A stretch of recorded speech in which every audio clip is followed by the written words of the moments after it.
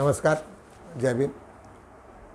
मी advocate doctor Siddharth Kamble, दैनिक बहुजन सौरभचा मुख्य संपादक. दैनिक बहुजन सौरभच्या YouTube चॅनलमध्ये सर्वांचं स्वागत आहे. इलेक्शनचं वारं सर्वीकडे चाललेले. आज फार मोठ्या प्रमाणात काँग्रेसच्या काँग्रेसची बाजू मांडणारे जे काही दोन व्यक्ती आहेत, राहुल गांधी आणि प्रियंका गांधी, हे अत्यंत आक्रमक झालेले. त्याच्यामुळे संपूर्ण BJPमध्ये एक घमासाम सुरू झालेला आहे. घमासाम म्हणजे फार निगेटिव्हिटी.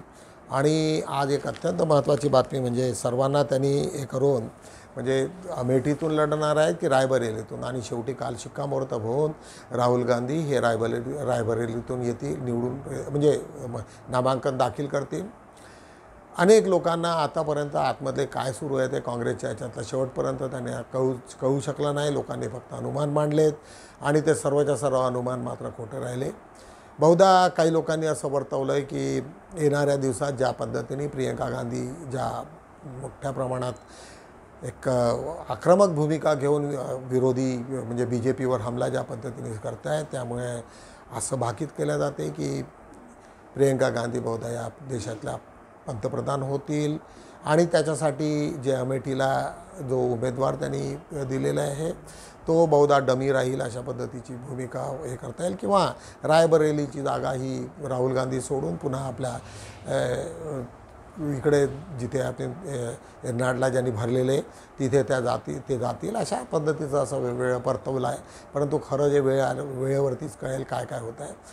सध्या या इलेक्शनच्या याच्यामध्ये 2-3 अत्यंत महत्त्वाच्या बाबी त्या तुम्हाला सांगणं गरजेचं आहे. सर्वात पहिले एक ऑक्सफोर्ड युनिव्हर्सिटीतला एक सिनियर तिथला जो डायरेक्टर आहे, त्यांनी ज्या पद्धतीने मोदींवरती हल्लाबोल केला आहे आणि ज्या पद्धतीने त्यांनी वक्तव्य केलेलं आहे की संपूर्ण सरकार ही RSS आणि पुंजीपतीच्या याच्यावर चाललेली आहे. RSSवरती मोठ्या प्रमाणाने हल्लाबोल केलेला आहे. इंग्रजीतला व्हिडिओ आहे, परंतु अत्यंत सोपी इंग्रजी असल्यामुळे तुम्हाला वाचायला होईल.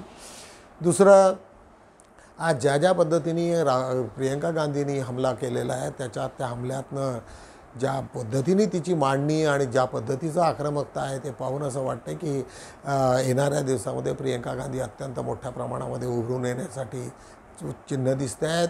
हे दोन्ही व्हिडिओ आज तुम्हाला दाखवू आम्ही. अत्यंत मार्मिक आहे. मला असं वाटते की याच्यामुळे अनेक गोष्टीचं हे होईल.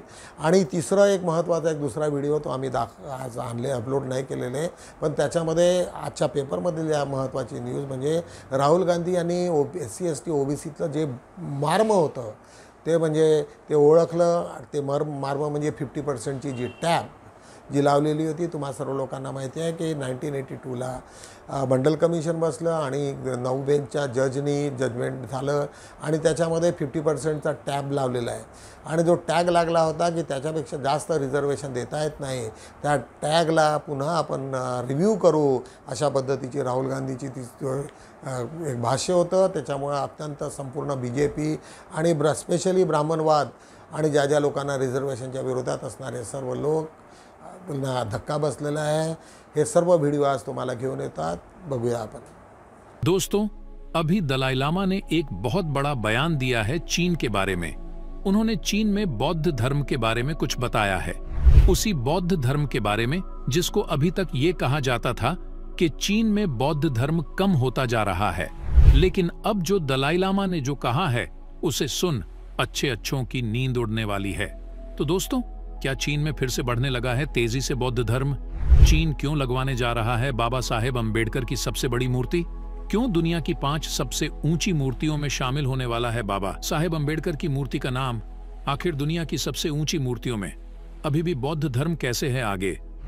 कौन सी है दुनिया की वो 5 सबसे ऊंची मूर्तियां जिसे देख चौड़ा हो जाएगा हर बुद्ध अनुयायी का Sina?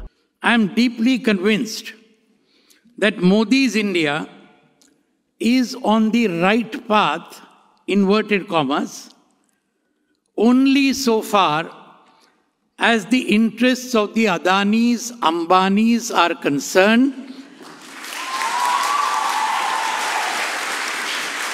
and the interests of the rank communal and fascistic RSS is concerned. I firmly assert that Modi's India is on the worst possible path so far as the interests of the overwhelming majority of its 1.4 billion people is concerned. Modi's path is in fact the path of destruction of all the noble values of democracy, secularism, sovereignty, federalism, and socio-economic justice that are ingrained in India's constitution. Values that are a result of India's glorious 2-century-long bitter struggle against British imperialism. That has now been said with the suspense that is now finally over. जो suspense था वो finally अब खत्म होता हुआ नजर आ रहा है. अमेठी से नहीं लेकिन रायबरेली से अब चुनाव लड़ेंगे राहुल गांधी. केएल शर्मा जो गांधी परिवार के लॉयलिस्ट बताए जाते थे, he is now been fielded from Amethi. उन्होंने अपना जो कैंपेनिंग था वो पहले से शुरू कर रखा था, लेकिन this is the big breaking update that is now coming in. सबसे पहले अभी दिल्ली के घर से निकल के कहां जाएंगे शिवानी, अगर आपके पास इसके ऊपर कोई अपडेट है? राहुल गांधी पहले कहां जाएंगे और बताया जा रहा है कि मल्लिकार्जुन खड़गे खुद रायबरेली भी जाएंगे.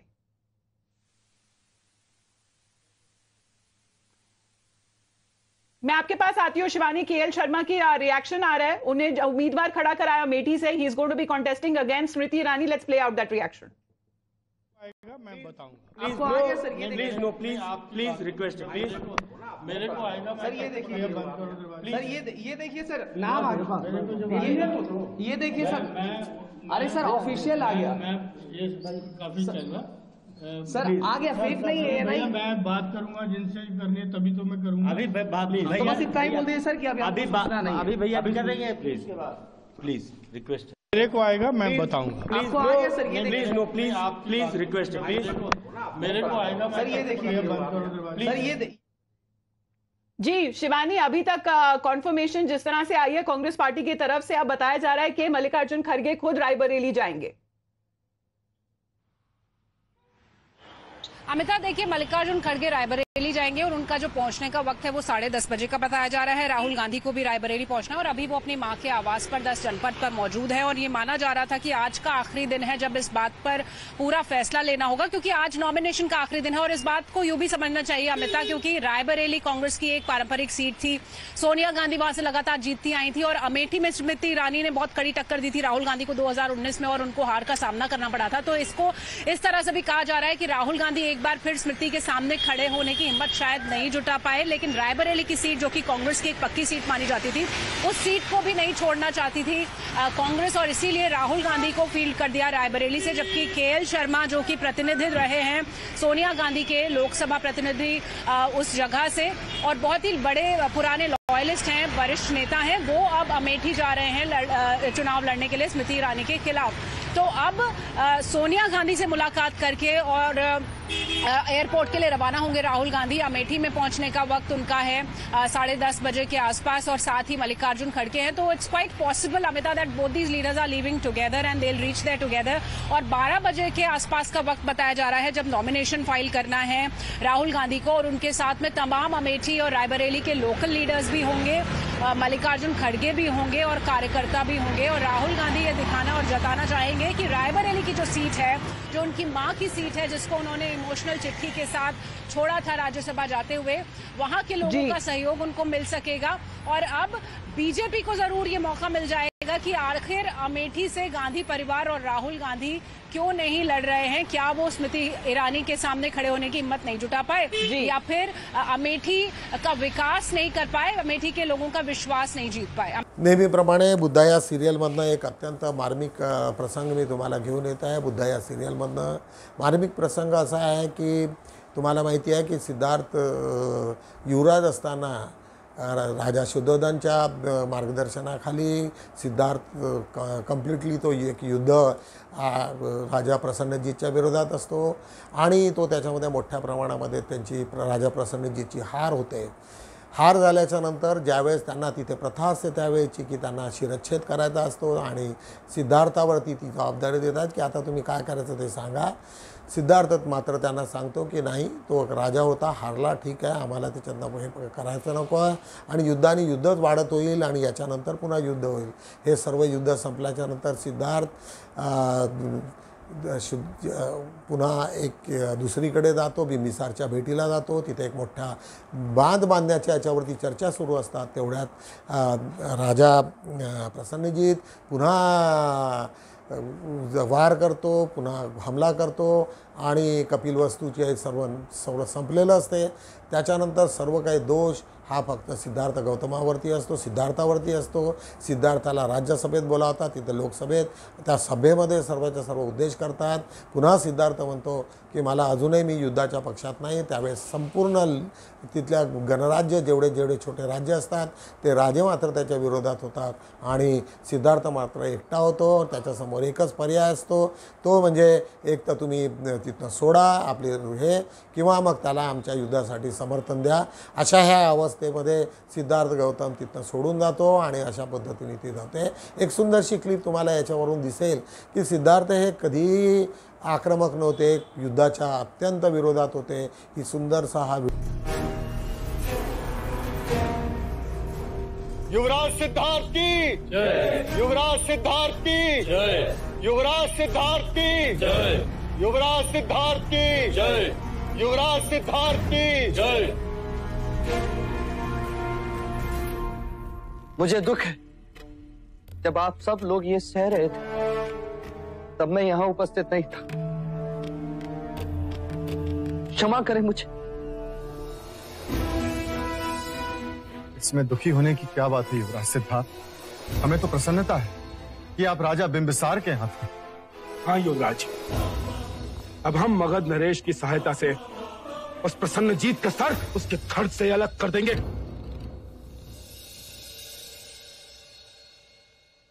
राजा तपोधन, तलवार के साथ हाथ भी कट गए, फिर भी युद्ध की बात. तो क्या हुआ युवराज, हम क्षत्रिय हैं, हम पूरा युद्ध करेंगे और इस बार युद्ध में हमारी पराजय नहीं विजय होगी. उस प्रसन्नजीत ने मित्र बनकर शत्रुता का काम किया है और शाक्य कभी धोखे को क्षमा नहीं करता. प्रसन्नजीत का तो शिष्य होकर रहेगा. शाक्य गणतंत्र की, शाक्य गणतंत्र की, शाक्य गणतंत्र की. फिर संहार, फिर रक्तपात, फिर प्रजा में हाहाकार, फिर नगर उद्ध्वस्त, फिर अहम का तांडव और मनुष्यता का परिहास. अपनी प्रजा, अपने माता पिता को घायल देखकर आपका रक्त नहीं खौलता, पीड़ा नहीं होती, शत्रु को समाप्त करने का क्रोध नहीं जागता. अवश्य आता है क्रोध, पर शत्रु पर नहीं, उसके भीतर जगी शत्रुता को समाप्त करने का जी चाहता है. हमें युद्ध से कुछ प्राप्त नहीं होता, ये जानते हुए भी, और पराजित होकर शाक्य जी नहीं पाते. उस बीते कल की सोच को बदलो, आने वाले कल के बारे में सोचो. सर्जन को सदियों लग जाते हैं और विसर्जन को एक पल.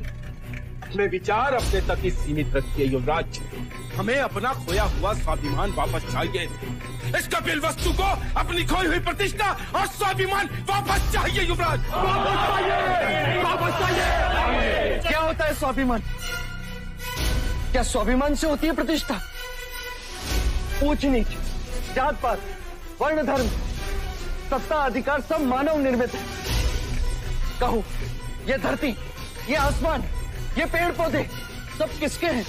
हमारे पूर्वजों के. और यदि उनसे प्रश्न करें तो वो क्या कहेंगे? उनके पूर्वजों के. और अंत में हमें यही उत्तर मिलेगा, किसी के नहीं. जो वस्तु तुम्हारी थी ही नहीं, उस पर अधिकार की भावना क्यों? ये युद्ध क्यों? युद्ध से कुछ नहीं मिलता, और शांति से? शांति की बात करोगे युवराज तो युद्ध होगा इसी सभा में. नहीं होगी. आप सब मगध की सेना की सहायता से युद्ध करोगे, तो मैं उस सेना को अभी मगध वापस लौटने का आदेश दे देता हूं. युवराज, आपका ये कथन शाक्य गणतंत्र के विरोध में है. हम ऐसा नहीं होने देंगे, नहीं होने देंगे, नहीं होने देंगे. नहीं हो सकता. सेनापति, मतदान इसी समय होना चाहिए। हाँ, इसी समय होना चाहिए। ठीक है, शांत हो जाइए, शांत हो जाइए आप सब। जो राजा युवराज के शांति प्रस्ताव के पक्ष में है वो इनके साथ रहे।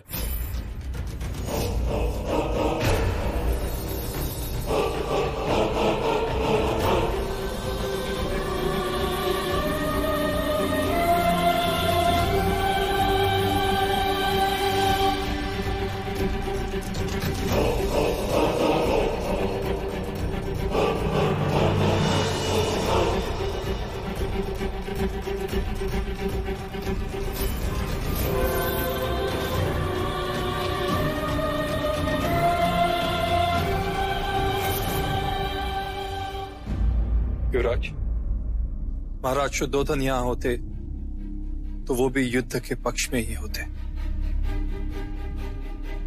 राजनीति भी एक जंगल है, जो बलवान वही जीतता है।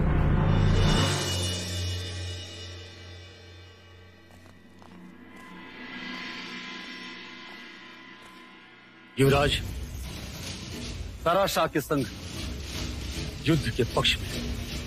अब निर्णय आपको करना है कि आप इनके पक्ष में हैं या नहीं।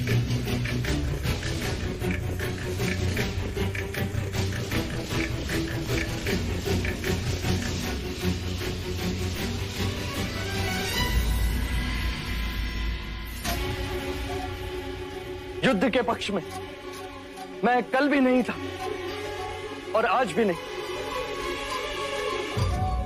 यदि आप शाह के संघ के पक्ष में नहीं हैं, तो आपको अपने सभा पद से त्याग करना होगा।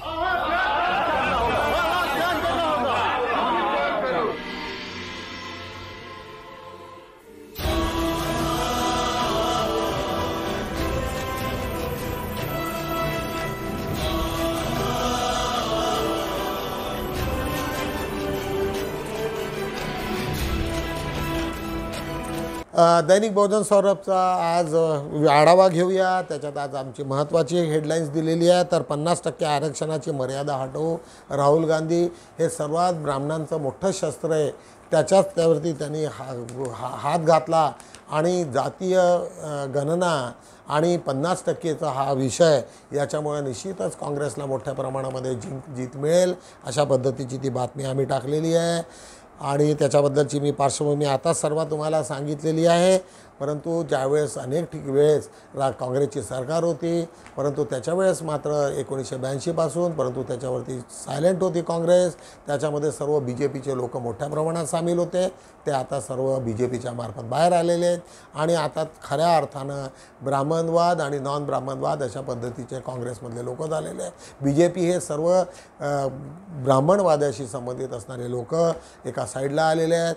आज हा जो निर्णय किंवा ही जे प्रचारासाठी केलेलं भांडवल हे निश्चितच लोकांना त्यांना आणि काँग्रेसला वाढवण्याचं काम करेल।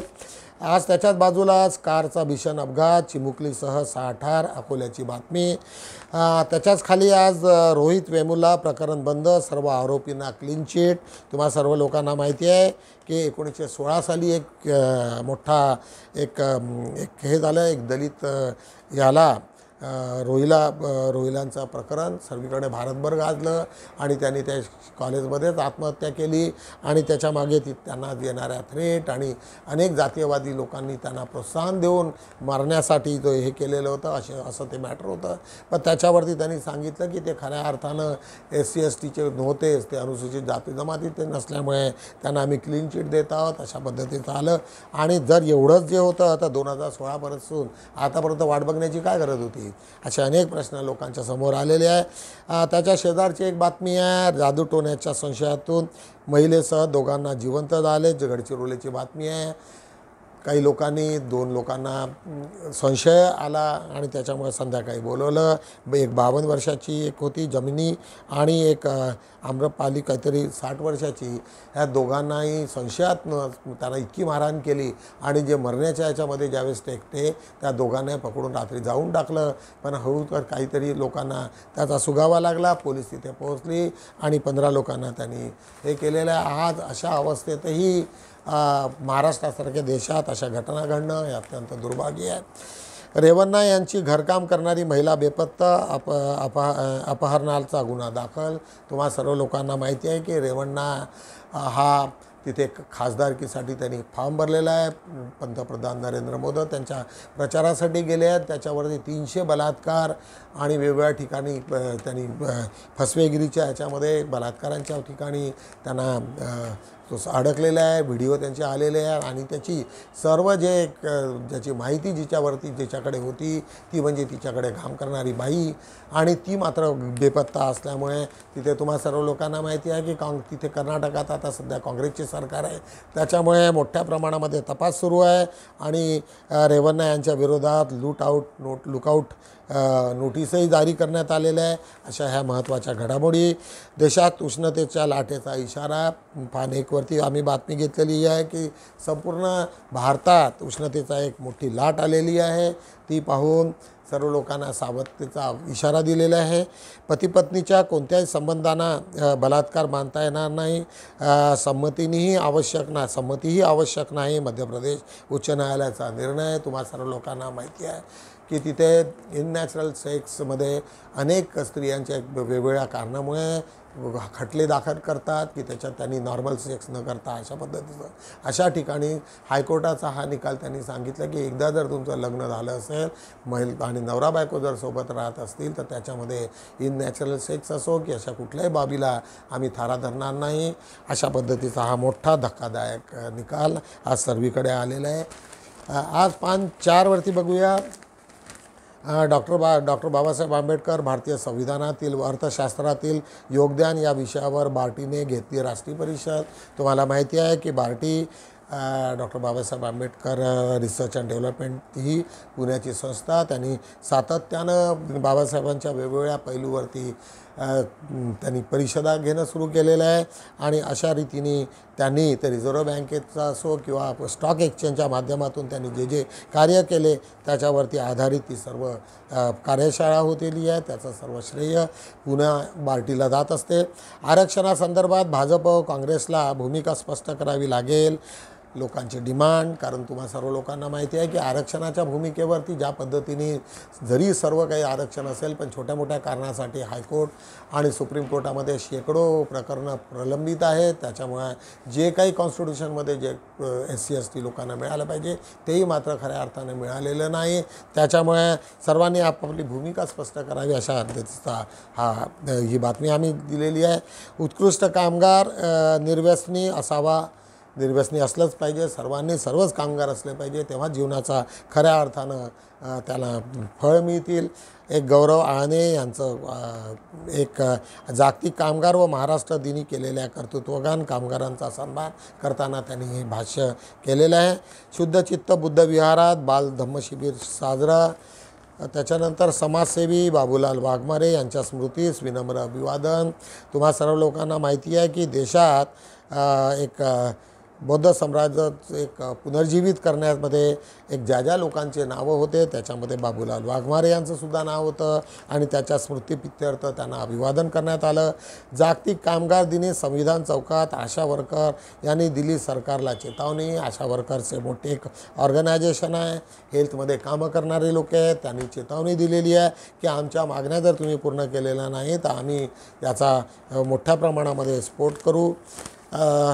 महाज्योती वैमानिक प्रशिक्षणाचे प्रशिक्षण पूर्ण होण्यासाठी करीत आहेत पाठपुरावा. महाज्योती एक संस्था आहे जी महात्मा ज्योतिबा फुले संशोधन व प्रशिक्षण संस्था याच्याने ज्या लोकांना जे उत्सुक विद्यार्थी होते आणि ज्यांना वैमानिक प्रशिक्षण घेण्याचं होतं त्यांच्या बाबतीत ज्या पद्धतीचा करार झालेला होता त्या करारीच्या विरुद्ध त्यांनी ते काम केलेले आहेत.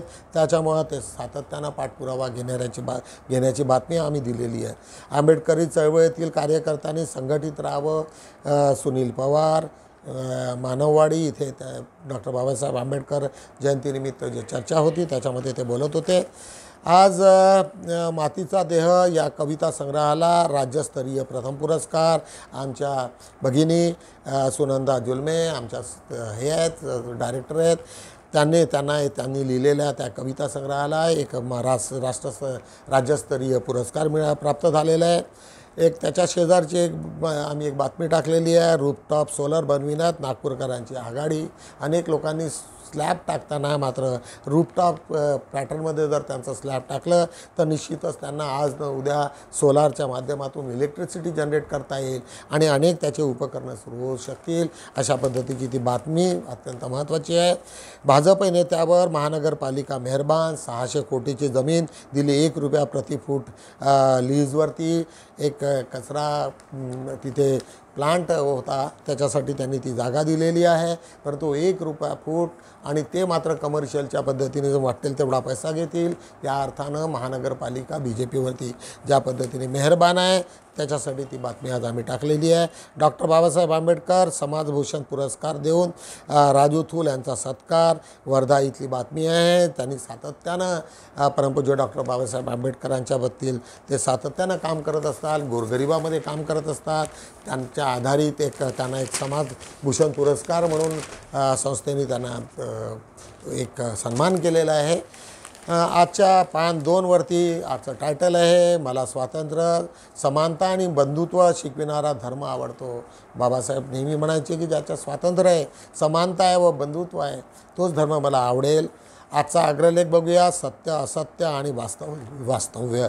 तुम्हा लोकांना माहिती आहे की आता राजकारणामध्ये ज्या पद्धतीने नरेंद्र मोदी यांनी वक्तव्य केलेले आहेत, अनेक खोट्या गोष्टी वारंवार सांगत लोकांना खऱ्या अर्थानं समजवलं, त्याच्यावरती आधारित हा अग्रलेख आहे. खोटं कसं असते, खोटंच असते आणि त्याच्यावरती तुम्ही कसं काय आणि त्याच्यावरती असणारं सर्व बॅकग्राऊंड आम्ही आजच्या अग्रलेखात मांडलेले आहे. उज्ज्वल निकम यांना हरविण्याची बौद्ध मुस्लिमांना नामी संधी. आज उज्ज्वल निकम हे मुंबईतनं BJPच्या याच्यावरती भाग घेत आहेत, पाठ करत आहेत आणि त्यांनी केलेले जे कारनामे होते त्याच्यावरती सुनील खोब्रागडे यांनी आपल्या प्रतिक्रिया दिलेल्या आहेत की ते RSSला कशी मदत करत होते आणि ज्याच्यामुळे BJPला कसा फायदा होत होता आणि शेवटी त्यांना आज BJPने त्यांना सन्मान म्हणून तिथं तिकीट दिलेली आहे. परंतु इलेक्शन लढणं हे वेगळी गोष्ट आहे आणि तिथे काम करणं वेगळं आहे. तो एक अत्यंत चांगला लेख आहे. राष्ट्रसंत तुकडोजी महाराजांचे विचार आमचे दैवत केव्हा ठरेल. आमचे मित्र ज्ञानेश्वर दुर्गादास रक्षक यांचा हा लेख की त्यांचे विचार मात्र आज असले पाहिजे, सर्व लोकांनी अंगीकारले पाहिजे अशी त्यांची भूमिका आहे.